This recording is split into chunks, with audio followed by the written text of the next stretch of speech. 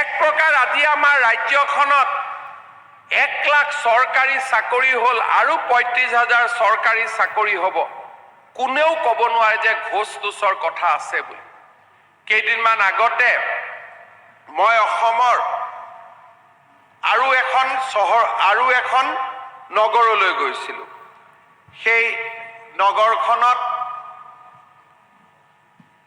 আমাৰ ধেমাজি চহৰখনত এখন পুৰণা ষ্টেডিয়াম আছে। আমি তাত নতুন ষ্টেডিয়াম বনাই আছোঁ।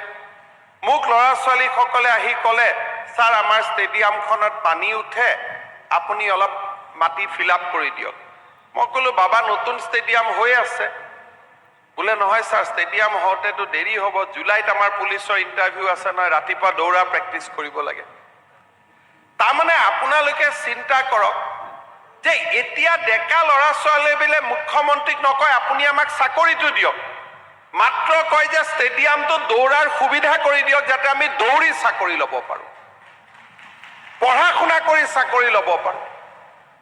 অলপ আগতে মই বেবেজিয়াত গৈছিলোঁ। আজি এটা নতুন দেশত আস্থাৰ পৰিৱেশ নিৰ্মাণ হৈছে, বিকাশৰ পৰিৱেশ নিৰ্মাণ হৈছে। আপোনালোকে চিন্তা কৰক, অসমত আজি আমাৰ চৰকাৰখনৰ 2 বছৰ 8 মাহ হ'ল। 10 মে 2021ত মই যেতিয়া দায়িত্ব লৈছিলোঁ, দায়িত্ব লোৱাৰ পিছতেই কোভিডৰ বিভীষিকা আৰম্ভ হৈছিল। দ্বিতীয়বাৰৰ বাবে কোভিড আৰম্ভ হৈছিল। Vaccine, hospital